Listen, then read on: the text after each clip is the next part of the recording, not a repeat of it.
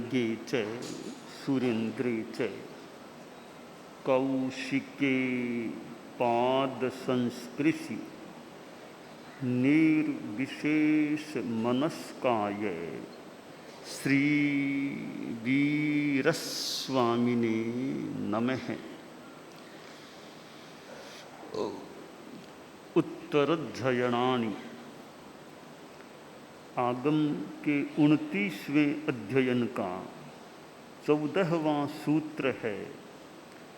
प्रश्न किया गया, पच्चक्खाणेणं भन्ते जीवे किं जनयै।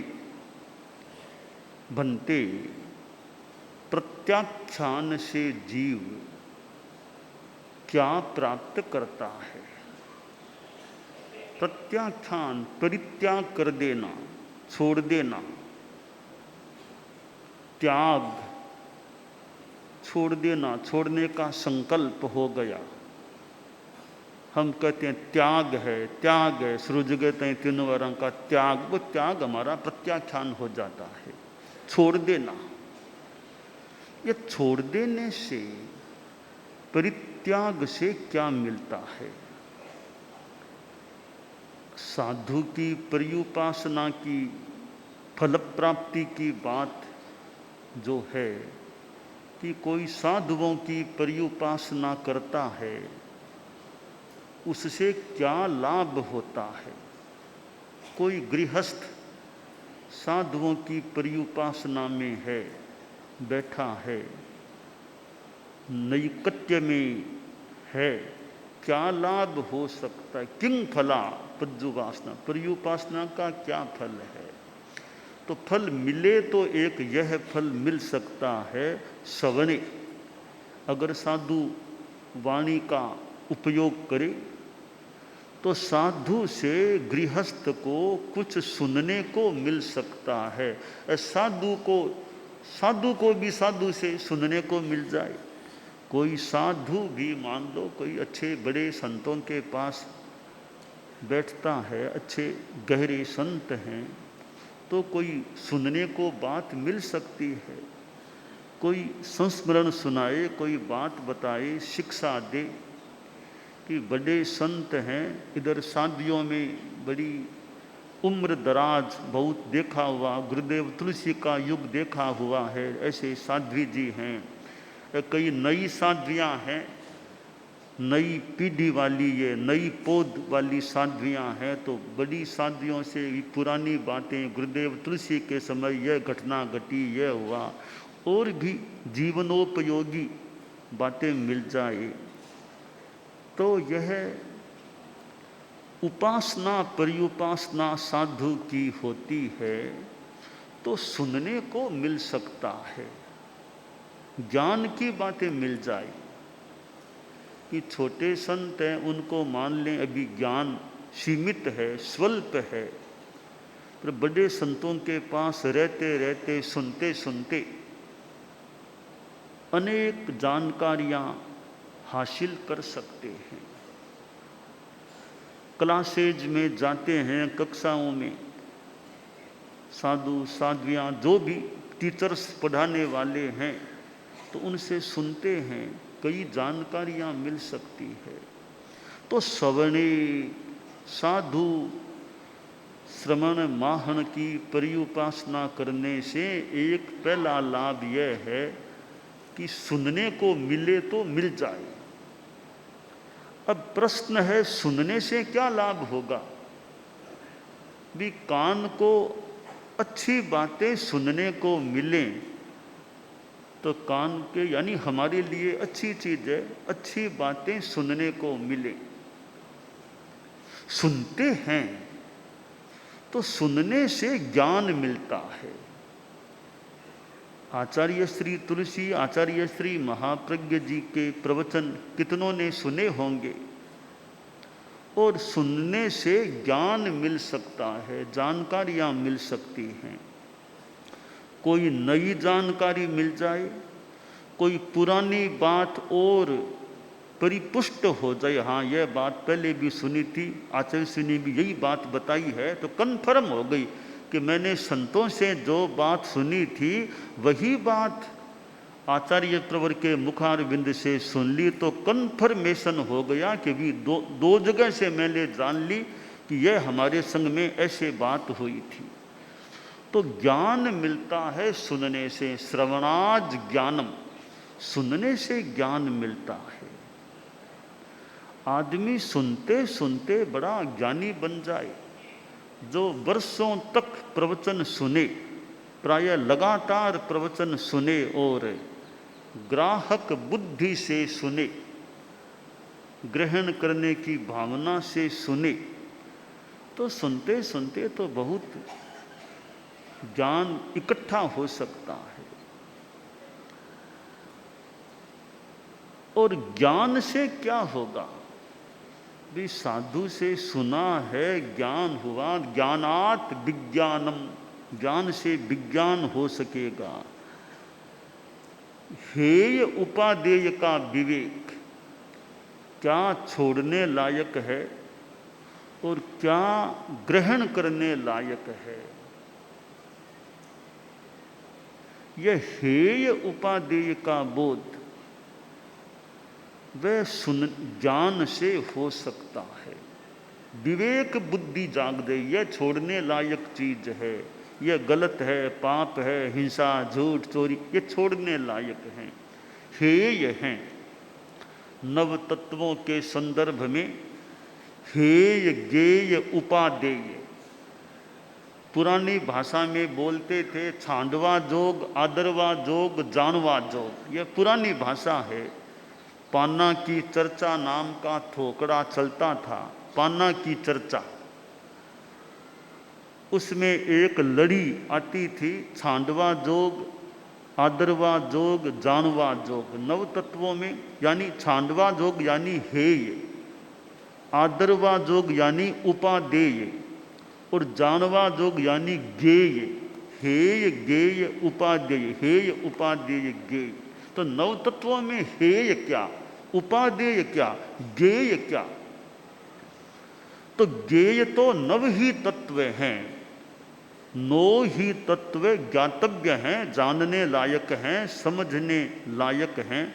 गेय जानवा जोग नव ही हैं। अब आदरवा जोग क्या है कि संबर, निर्जरा, मोक्ष, ये तीनों तत्व संबर, निर्जरा, मोक्ष, ये आदरवा जोग हैं, उपादेय हैं, ग्रहणीय हैं, ग्रहण करने लायक हैं। ये पुण्य, पाप, बंध, आश्रव, ये क्या हैं? ये हेय हैं। पुण्य पाप, पाप तो छोड़ने लायक है ही, पर पुण्य भी छूटे बिना मुक्ति नहीं मिलती। पाप तो है ही है, पुण्य भी छूटना पड़ेगा तभी मोक्ष मिलेगा। तो पुण्य भी हेय है, पाप भी हेय है। अरे पुण्य पाप कर्मों का जनक आश्रव, आश्रव हेय है। और जो बंधन होता है, बंध, आठवां तत्व जो बंध, आम भाषा में आठवां जो बंध, बंध भी हेय है। जीवा, जीवाय, ये जीव अजीव हैं, ये भी ठीक है। जीव की असत प्रवृत्ति है, वो भी त्याज्य है। तो संबर, निर्जरा, मोक्ष उपादेय हैं और ये पुण्य, पाप, आश्रव, बंध, ये हेय हैं। और जीव अजीव भी यथा अपेक्षा हेय भी हो सकते हैं। जीव अजीव भी कि जो असत हैं वो हेय है। तो ये जो विवेक है, विज्ञान है, वो ज्ञान से फिर विज्ञान होता है, विवेचन, विवेक होता है। हेय क्या, उपादेय क्या, साथ गेय भी मान ले, मूल हेय उपादेय का। जब विज्ञान हो गया फिर पच्चखाणे, सवणे, नाणे, बिन्नाणे, पच्चखाणे, ये फिर प्रत्याख्यान का नंबर आता है। आदमी सोचता है, रे संतों ने बताया है कि ये पाप हैं, चोरी पाप है, झूठ पाप है, हिंसा पाप है, वो पाप है, गुस्सा भी पाप है, तो मैं छोड़ूं, त्याग करूं। तो विज्ञान मिलने के बाद आदमी पाप को छोड़ने की चेष्टा, छोड़ने वाला छोड़ता भी है। प्रत्याख्यान लेने वाला, प्रत्याख्यान कराने वाला, दोनों उपयुक्त, दोनों जागरूक होने चाहिए। प्रत्याख्यान कराने वाला भी जागरूकता से कराए, करने वाला भी जागरूकता से करे, समझ करके करे। पाल सके तो करे, कि पाल तो नहीं पाऊंगा तो फिर प्रत्याख्यान क्यों लेते हो। पाल सका, कदाचित कोई गलती वो अलग बात है, भूल प्रमाद, पर मोटा मोटी पालने की क्षमता है तो त्याग करो। पाल नहीं सको कि रात्रि भोजन का त्याग कराओ, भी इतनी क्षमता है ना। पानी भी 24 त्याग ले रहे हो, हाँ ले लूंगा कर लूंगा, कि पानी बिना नहीं रह, तो पहले सोचो बिना पानी रह पाओगे या नहीं। तो सोच करके त्याग लेना चाहिए। ज़्यादा जल्दबाजी करके बिना सोचे विचारे त्याग नहीं लेना चाहिए। त्याग लो तो पाल सको, वो त्याग लेना चाहिए। भावुकता में, जल्दबाजी में कि जिंदगी भर का त्याग करो, भी सोचो जिंदगी लंबी हो जाए, 2 साल के ले लो, 5 साल के ले लो, जिंदगी भर के लो, और बाद में तुम सोच लो पालने की वो संभावना है क्या। तो त्याग लें, सोच कर के लेना चाहिए। फिर त्याग ले लिया, फिर जागरूकता त्याग पालन के प्रति रहनी चाहिए। तो छोड़ना, बुरी चीज को छोड़ देना संकल्प के साथ, यह प्रत्याख्यान, परित्याग।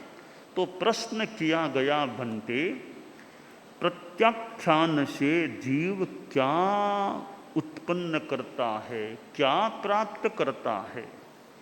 बहुत संक्षेप में उत्तर दिया गया, प्रत्यक्षाणेनम आसवदारा इम निरुंभई। इतने में उत्तर आ गया। प्रत्याख्यान से आश्रव द्वारों का निरोध करता है। मिथ्यात्व का प्रत्याख्यान हो गया तो मिथ्यात्व आश्रव द्वार निरुद्ध हो गया। अब मिथ्यात्व आश्रव द्वार निरुद्ध, अब आगे अव्रत का त्याग करो। तो जितना जितना त्याग करें अव्रत आश्रव का निरोध हो सकेगा। तो ये आश्रव दारायम, आश्रव द्वारों का निरोध होता है प्रत्याख्यान से। अब मूल गुण प्रत्याख्यान, उत्तर गुण प्रत्याख्यान, मूल गुण में सर्व मूल गुण प्रत्याख्यान, देश मूल गुण प्रत्याख्यान। दीक्षार्थी तैयार होकर आता है कि मुझे तो साधुपना पचकाओ, बहुत बड़ी बात है। साधुपना लेने को तैयार हो गए हो तो साधुपना पचकाते हैं, फिर 5 महाव्रतों को ग्रहण कराते हैं। वह एक सर्व मूल गुण प्रत्याख्यान हो गया। हिंसा, झूठ, चोर, 5 का 3 करण 3 योग से जीवन भर के लिए प्रत्याख्यान करना या कराना, ये सर्व मूल गुण प्रत्याख्यान हो जाता है। ये साधु अनगार बन जाता है जो जीवन भर के लिए 5 महाव्रतों को या सर्व सावध्य योगों का 3 कर्ण 3 योग से त्याग कर देता है। तो साधु 8 बरस पार का बालक है, 8 बरस पार का बालक साध्वी है। व्यवहार में स्थूल दृष्टि से 8 बरस भी पार नहीं हुए जन्म दिनांक से। जयाचार्य जैसे हमारे परम पूजनीय आचार्य श्री 8 बरस पार नहीं हुई जन्म दिनांक से गुलाबा जी दीक्षा दे दी गई। 8 से भी कम उम्र की थी जन्म के हिसाब से, और छोटी सी साध्वी बन गई। और गुलाब सती, हमारे धर्म संघ में गुलाब सती का भी एक नाम है। और गुरुदेव तुलसी ने तो गीत में उल्लेख किया है, 2 साध्वियों का उल्लेख किया, उसमें एक गुलाब सती है। संत सतयुगी मोजी बेणी, संत सतयुगी मोजी कालू मगन त्रिवेणी स्वरूप कालू मगन त्रिवेणी महासती सरदार गुलाबा महासती सरदार गुलाबा ये गण के गौरव गान रे मतिमान रे यह तेरा पंथ धरा पर उतरा स्वर्ग विमान रे गति मान रे यह तेरा पंथ महा निराला यह नंदन उद्यान रे गतिमान रे यह तेरा पंथ महा। विक्रम संवत 2031 में गुरुदेव तुलसी ने श्री डूंगरगढ़ में मर्यादा महोत्सव किया था। वो ताल मैदान का प्रांगण था और वहाँ गुरुदेव का सब ये गीत का संगान, गीत का उच्चारण। तो गुरुदेव ने संतों का उल्लेख किया ही है कि सतयुगी मुनि खेतसी जी स्वामी, जिनको सतयुगी भी कहते हैं, कितने विनीत रहे होंगे। और भिक्षु स्वामी का तो नाम आ जाए तो ये कहते हैं हाथ जुड़ जाए, नाम आते ही हाथ जुड़ जाए। कहीं पात्रा हाथ में और कहीं गिर जाए तो हाथ जुड़ जाते हैं। तो स्वामी जी का भी इसके हाथ में देख लिया करो, मेरे नाम से कोई बात को ना, हाथ में कोई चीज़ तो नहीं है ना, वे तो हाथ जोड़ेगा पात्रा गिर जाएगा। यानी कितना एक उनका विनय भाव रहा होगा। तो संत सतयुगी इधर मोजीराम जी स्वामी, और जिनको भारमल जी स्वामी ने कहा वंदना भी नहीं करना उनको, संतों का वो आए तो वंदना नहीं। और तो एक इतना कड़ाई भी की भारमल जी स्वामी ने, वंदना नहीं करना उनको। फिर वो मोजीराम जी स्वामी का भी अपना एक क्रम। और बेणीराम जी स्वामी, आचार्य भिक्षु के समय के बेणीराम जी स्वामी, स्वरूपचंद जी स्वामी दयाचार्य प्रवर के भाई जी महाराज, बड़े भाई स्वरूपचंद जी स्वामी, वो कालू जी स्वामी रेल मगरा, जिन्होंने डालगणी के नाम की 7वें आचार्य श्री के रूप में जो यहीं लाडनू में तखतमल जी फूल फगर का जो यह मकान हवेली है, वहाँ की मीटिंग में रात्रि में संभवतः वो डालचंद जी स्वामी को आचार्य के रूप में घोषित किया था। तो कालू जी स्वामी और मगन मुनि, जो 5 आचार्यों के समय को देखने वाले, यानी मुनि के रूप में देखने वाले, मगवा गणी के समय दीक्षित हुए। मगवा गणी, मानक गणी, डाल गणी, कालू गणी, तुलसी गणी, 5 आचार्यों के आचार्य काल को देखने वाले और आचार्य श्री तुलसी के द्वारा मंत्री के रूप में घोषित निर्णीत वे मगन मुनि।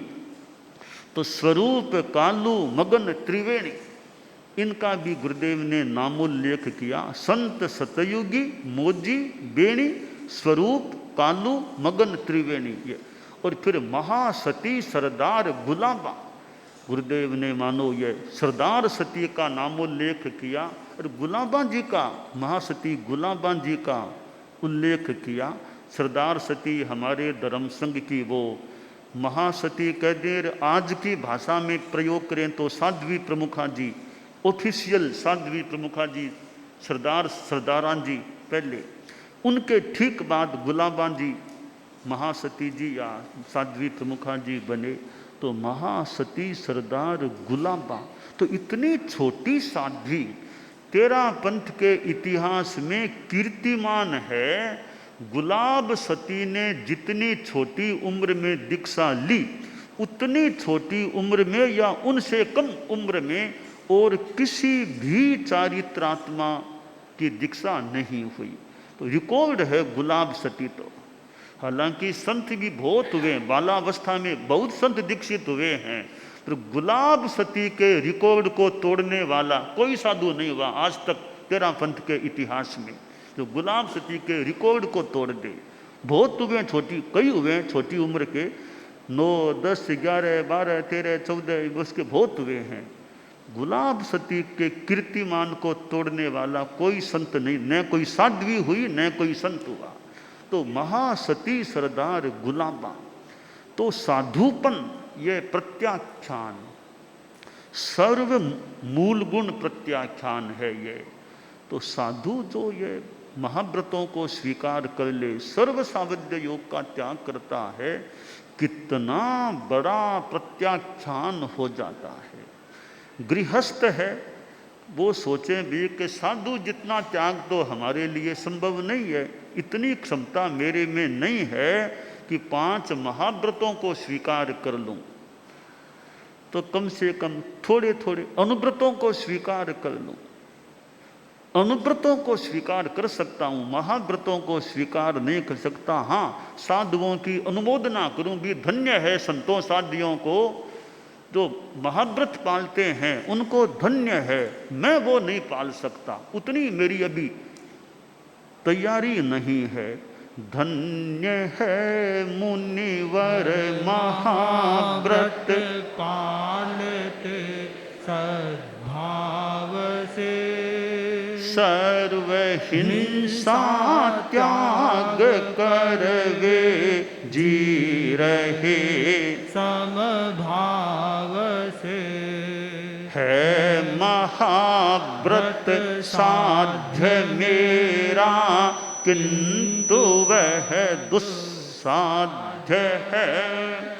पर अनुव्रत मार्ग मध्यम सरल और सुसाध्य है। स्वत्व रक्षा के लिए मैं भाव से प्रतिबद्ध हूँ। देश की हित सिद्धि के दायित्व से आबद्ध हूँ।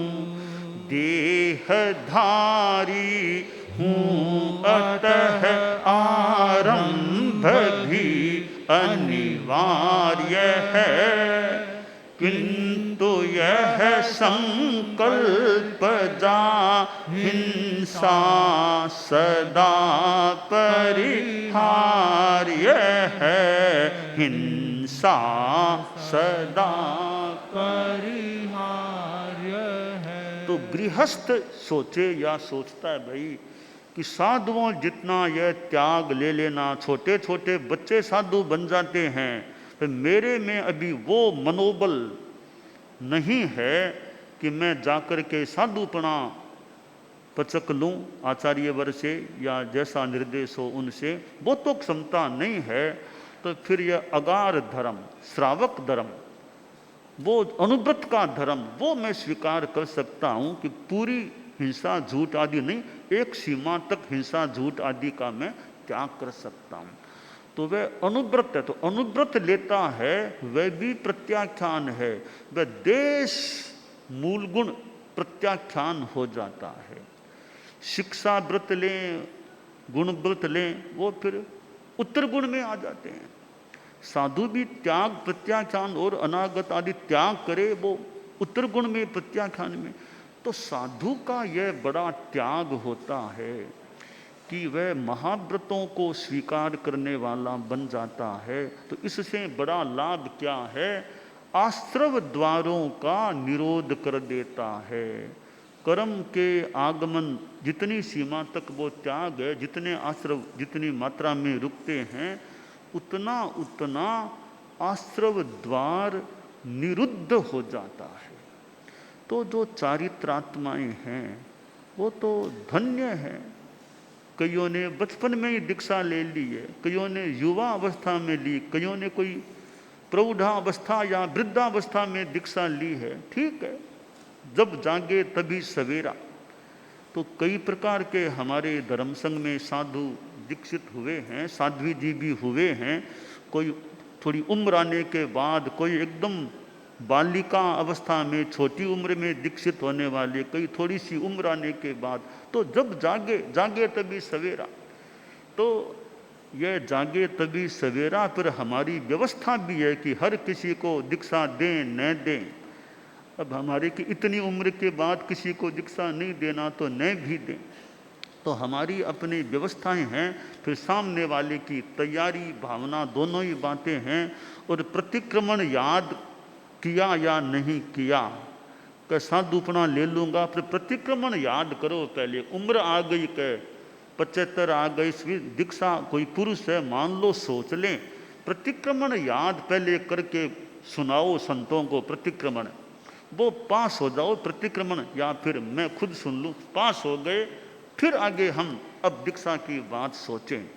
तो प्रतिक्रमण याद किए बिना ऐसे ही दीक्षा दे दो, ऐसे ही दीक्षा मुश्किल है वर्तमान में। तो कि प्रतिक्रमण याद नहीं, दीक्षा दे दो, पहले इतना तो करो।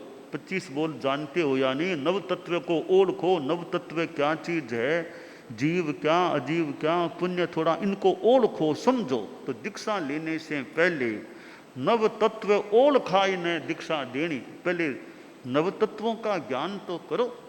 थोड़ा 25 बोल को समझने के याद, या प्रतिक्रमण तो must, it is must to learn by heart. प्रतिक्रमण तो याद करना जरूरी है वर्तमान की व्यवस्था में संभवतः। तो प्रतिक्रमण याद हो जाए, फिर देखें भी ठीक है तो दीक्षा भले दे दें, पुरुषों को उम्र में भी दे दें। तो यह प्रत्याख्यान का लाभ बताया गया कि आश्रव द्वारों का निरोध कर देता है। आचार्य श्री तुलसी ने कितनों को मुनि दीक्षा दी, साध्वी कितनों को दी है। उनके जीवन के इतिहास को देखें, कितनों को उन्होंने दीक्षा दी, कितने संतों नवदीक्षितों का उन्होंने अपने हाथ से दीक्षा देते ही वो लुंचन किया होगा छोटी के बालों का। तो आचार्य श्री तुलसी तो मानो तारने वाले हमारे, कि दीक्षा देना, त्याग कराना। तो गीत में भी सुंदर कहा गया, प्रतिनिधि आप प्रथम पद राहो, आरन पार गुणारो, प्रतिनिधि आप प्रथम पद राहो, आरन पार गुणारो, करुण पुकार सुनो सानुग्रह, करुण पुकार सुनो सानुग्रह, तुलसी पार उतारो,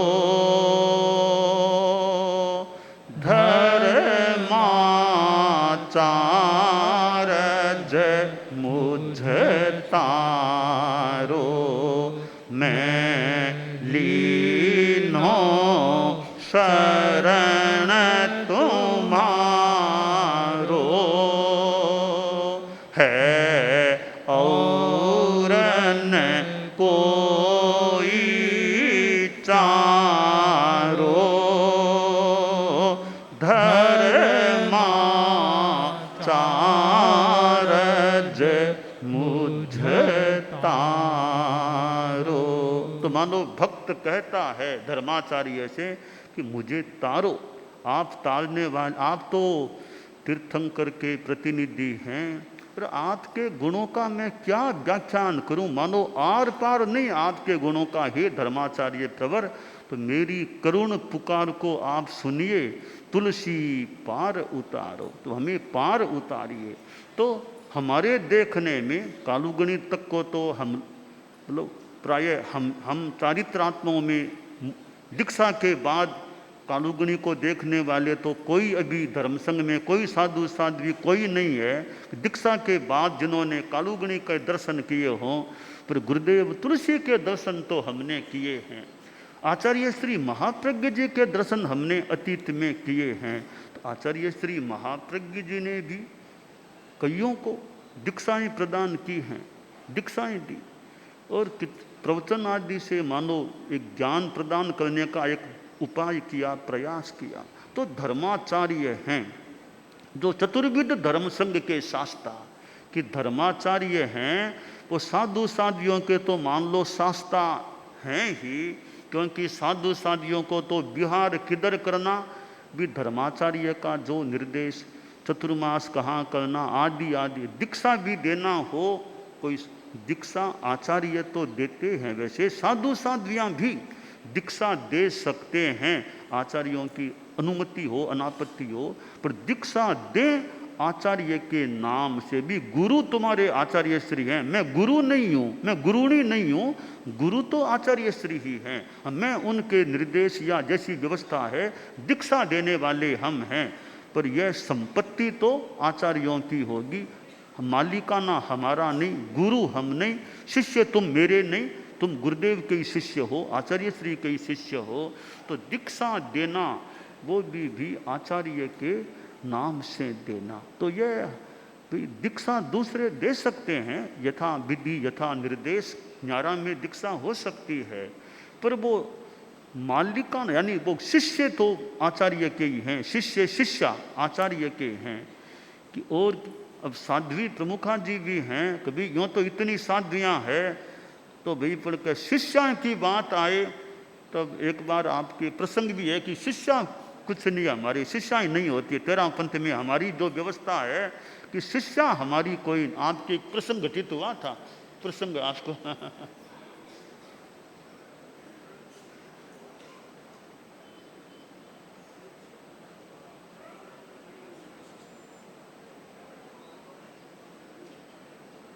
वो गुजरात में जब थे, कच्छ में थे,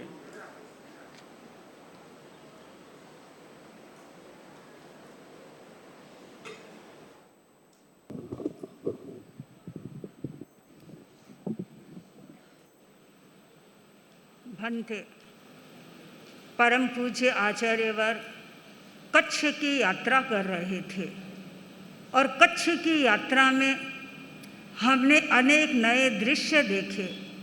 आचार्यवर के पास में 13 पंथी साधु साध्वियाँ तो थे ही, लेकिन अन्य साधु और साध्वियाँ जो जैन परंपरा की थी आचार्यवर के उपपात में पहुँचती थी।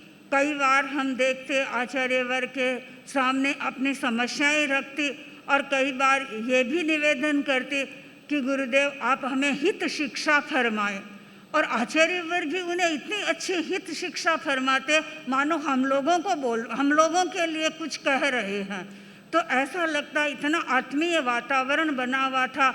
अनेक आचार्य भी उस दौरान परम पूज्य आचार्यवर की सन्निधि में आए थे, और चूँकि हम लोग भी आचार्यवर के साथ में थे तो यदा कदा अन्य संप्रदाय की साध्वियाँ हमसे भी मिलती रहती थी, और अन्य साध्वियों का आचार्यवर के प्रति एक आकर्षण सा हम अनुभव कर रहे थे। एक बार आचार्यवर संध्या के समय विहार करके स्कूल की ओर पधार रहे थे, और पास में ही हम थोड़ी दूरी पर थे और हमारे से थोड़े आगे स्थानकवासी अजरामर संप्रदाय की साध्वियाँ थी। वो बाहर, उनमें एक साध्वी वृद्ध थी, वे सब साध्वियाँ प्रतीक्षा कर रही थी परम पूज्य आचार्यवर के दर्शन करने के लिए। तो साध्वियों ने मुझे बताया कि यहाँ एक वृद्ध साध्वी भी है, तो मैंने सोचा चलो हम भी मिलकर के आ जाएं। तो हमारे साथ में बहुत सारी साध्वियाँ थी, तो उन्होंने देखा, देखते ही उनको ऐसे लगा, आश्चर्यचकित से हो गए। तो उन्होंने साध्वियों ने परिचय दिया मेरे लिए बताया कि ये हमारे सबसे बड़ी साध्वी है। तो उन्होंने जब ये बात सुनी तो उन्होंने कहा कि अच्छा आप इन सब की गुरुणी जी हैं। तो मैंने उनको बताया कि मैं गुरुणी नहीं हूँ, मैं तो स्वयं शिष्या हूँ और परम पूज्य आचार्य महाश्रमण जी मेरे गुरु हैं। और जब उन्होंने इस उत्तर को सुना तो उनको भी आश्चर्य हुआ। और तब तक तो प्रायः साधु, अन्य संप्रदाय के साधु साध्वियाँ ये जान चुके थे कि तेरा पंथ एक ऐसा धर्म संघ है जहाँ पर एक ही आचार्य होते हैं और आचार्य ही अपने संघ की सारी व्यवस्थाएं करते हैं। कच्छ यात्रा में बहुत बार इस बात के प्राउड की अनुभूति हुई, यानी हमें एक इतना अच्छा लगता जब हम दूसरे साधु साध्वियों से ऐसे विचार सुनते। और कभी कभी आचार्यवर ऐसे ग्रुप के पास में पहुंच जाते जहां साध्वियों की स्थिति देखते तो मन में एक विचार होता, और वो साध्वियाँ जब हमको देखती तो हमें देख कर के वो ये कहती कि आप लोग कितने सौभाग्यशाली हैं कि आपके गुरु आपकी सारी चिंता करते हैं। और विशेष रूप से जो रुग्ण साध्वियाँ होती थी उनकी स्थिति तो बड़ी विचित्र थी। और जब इस सब परिप्रेक्ष्य में देखते हूँ तो सचमुच में मैं ये मानती हूँ कि हम सब साधु साध्वियाँ सचमुच में सौभाग्यशाली हैं कि हमें तेरा पंथ जैसा अनुशासित, संगठित, व्यवस्थित धर्म संघ मिला। और समय समय पर हमें सक्षम, समर्थ आचार्यों की सन्निधि उपलब्ध हो रही है। और परम पूज्य आचार्यवर की कच्छ यात्रा सचमुच में संघ की प्रभावना में महत्वपूर्ण भूमिका निभाने वाली थी। ओम। तो यह है कि दीक्षा भी न्यारा में भी कोई यथा अनुमति यथा विधि दे सकते हैं, पर वो शिष्य शिष्या तो एक गुरु धारणा कराएं कि न्यारा में कराओ कहीं कराओ, क्योंकि गुरु धारणा भले मेरे पास करो पर गुरु तो हमारे धर्म संघ में एक होते हैं। वो न्यारा में गुरु धारणा कराओ चाहे यहाँ कोई कराए, गुरु के रूप में एक का जो नाम आता है। तो यह भी आचार्य श्री तुलसी ने कितनों को दीक्षाएं दी थी, आचार्य श्री महाप्रज्ञ जी ने भी कईयों को दीक्षाएं दी। तो ये दीक्षा दे दे फिर साधुपना पाले, एक तरने का एक तारने का यह क्रम बनता है। तो हम चारित्रात्माएं, यूँ तो सर्व मूल गुण एक प्रत्याख्यान सर्ववृत्ति है, इसमें और जितना प्रत्याख्यान करें, जैसे नौकारसी कर ली, नौकारसी तक त्याग, वो और हमारे तप कह दो वो और साथ में जुड़ गया। कोई पौरसी कर ली, कोई ब्रशी तप करे, एकांतरा वो करे, एकासनाथ वो और ज़्यादा तप हमारे ये जुड़ता है। तो ये एक पूंजी है, उसकी तो अच्छी सुरक्षा और साथ में जितना तपो योग जोड़ सकें वो जोड़ते रहें, तो उससे हमारी समृद्धि बढ़ती है। संयम त्याग की समृद्धि बढ़ती है जितना जितना हम त्याग करें। कभी अभी नौकारसी करना इजी है, बहुत कठिन नहीं है। अभी एक जगह प्रवास है तो अपना नौकारसी कर लें, खास दिक्कत नहीं हो, नौकारसी करें। कईयों ने उस दिन वो नियम वो भी लिए थे कि नौकारसी करें, ठीक है, हमारा और समृद्धि हमारी बढ़। जैसे गृहस्थ है ना, वो सोचते हैं भी ये बिजनेस यहाँ किया, एक फैक्ट्री और कहीं खोलें, वहाँ खोलें, और उद्योग को बढ़ाएं, और काम धंधा बढ़ाएं, वहाँ फैक्ट्री खोलें। जैसे गृहस्थ अपनी समृद्धि मान लो उस रूप में बढ़ा सकते हैं, तो साधु सोचे भी इतना तो है ही, और क्या त्याग करूं, और क्या तपस्या करूं, और क्या स्वाध्याय आदि करूं, मेरी समृद्धि बढ़े। तो हम चारित्रात्माओं को भी अपनी समृद्धि को बढ़ाने का यथा योग्य प्रयास करना चाहिए, ज्ञान की दृष्टि से, दर्शन की दृष्टि से, और त्याग प्रत्याख्यान तप की दृष्टि से, कि मेरी समृद्धि बढ़े, साधना बढ़े, ज्ञान बढ़े, मैं और सुसंपन्न बनता जाऊं। तो यह प्रत्याख्यान है, इससे आश्रव द्वारों का निरोध होता है। अब जो हम शाम को सुबह प्रतिक्रमण बोलते हैं उसमें छठा आवश्यक है प्रत्याख्यान। ये जो उत्तराध्ययनानी में तो 6 5 आए हैं, सामायिक 24 28, बंधनक, प्रतिक्रमण, कायोत्सर्ग, प्रत्याख्यान, हमारे 6 अंग आवश्यक के 6 अंग हैं ये, सामायिक आदि आदि। तो छठा आवश्यक हमारा प्रत्याख्यान है। अय्यम परिक्रमामि संबरेमि परुपन्नम संबरेमि अनागयम पच्चखामि। अतीत से परिक्रमण, अतीत में कोई दोष लगा उससे तो मैं प्रतिक्रांत हो रहा हूँ, वर्तमान में मेरे संबर है। अनागयम पच्चखामि, अनागत के लिए प्रत्याख्यान। हम संभवतः प्रतीक के रूप में कोई चीज का त्याग कर देते हैं, अमुक चीज़ खाने का मुझे कल त्याग है। मैं सोचता हूँ वो तो एक प्रतीक है, वास्तव में प्रत्याख्यान क्या है कि मुझे दोषों का प्रत्याख्यान है। अतीत में कोई दोष लग गया, उसका प्रतिक्रमण किया, वर्तमान में संबर हो गया, भविष्य में दोष करना नहीं है मुझे, वो मेरा प्रत्याख्यान है।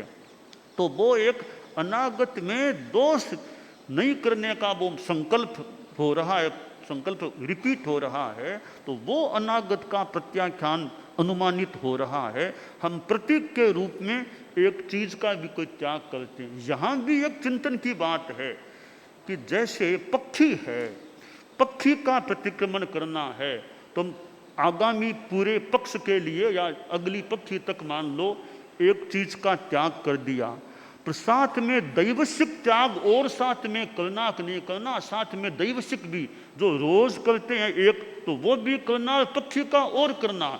चातुर्मासिक पक्षी है तो 3 त्याग क्यों नहीं करने चाहिए?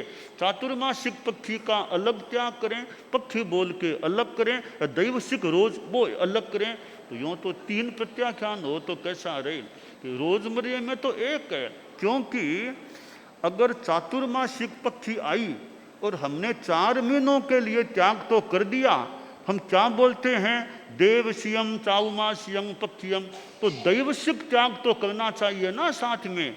वो चातुर्मासिक पक्षी का है, वो 3 तरह का प्रतिक्रमण हो गया। एक दृष्टि से सोचें वो 4 महीनों के लिए भी है, एक पक्ष के लिए भी है, रोजमर्रे का भी है, 3 प्रकार का हो गया वो। इसलिए मन में आया कि चिंतन की सामग्री मान लें कि त्याग भी 3 करने चाहिए।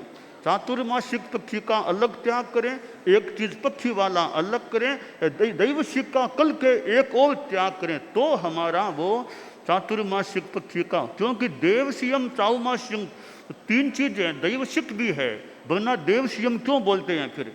तो दैवसिक भी त्याग करना चाहिए, पक्षी का एक और करना चाहिए, चातुर्मासिक पक्षी का और करना। संवत्सरी आ गई तो 1 वर्ष का भी करें, 1 दिन का और करें, 2 त्याग करने चाहिए। चिंतन की एक सामग्री है कि ऐसा होना क्यों नहीं होना चाहिए, वरना रोजमर्रे का त्याग तो हमारा छूट ही गया उस दिन, तो वो भी छूटे नहीं, वो भी पूरा हो जाए, पक्षी का भी पूरा हो जाए, चातुर्मासिक पक्षी का भी पूरा हो जाए। तो 3 त्याग चातुर्मासिक पक्षी को करें शाम के समय, संवत्सरी को 2 त्याग करें, पक्षी को भी 2 त्याग करें, 1 पक्षी का करें, 1 दैवसिक का करें, 2 करें। तो यह एक विदा हो तो कैसा रहे? चिंतन की सामग्री छोड़ दी है, कभी कोई चिंतन होगा तो प्रत्याख्यान है वो हमारा अच्छा रहे। जो छोड़ दिया बंटम वांत हो गया, बमन कर दिया, अब वापिस उसकी इच्छा नहीं करना। धीरत्थु तेजसो कामी, कि जो वांत को अगर पीने की चाटने की इच्छा करे वो बढ़िया, नहीं तो साधु ने त्याग दिया हिंसा झूठ आदि आदि, तो वापिस उनको स्वीकार नहीं करना कि मेरा साधुपना अखंड रहे, अंतिम श्वास तक बना रहे, कई बीच में छूट न जाए, खंडित न हो जाए, तो धन्य है। तो अखंड साधुपना पाल करके फिर अंतिम श्वास पालते हुए अंतिम श्वास लेते हैं, अच्छी आराधना कर लेते हैं। तो हमारा यह जो आगम का पाठ है कि प्रत्यक्षाणेनम, प्रत्याख्यान से आश्रव द्वारा इम निरुंभई, आश्रव द्वारों का निरोध जो चारित्रात्माएं हैं, अखंड साधुपना आराधना के रूप में अंतिम श्वास आ जाए, यह हमारे लिए काम्य है।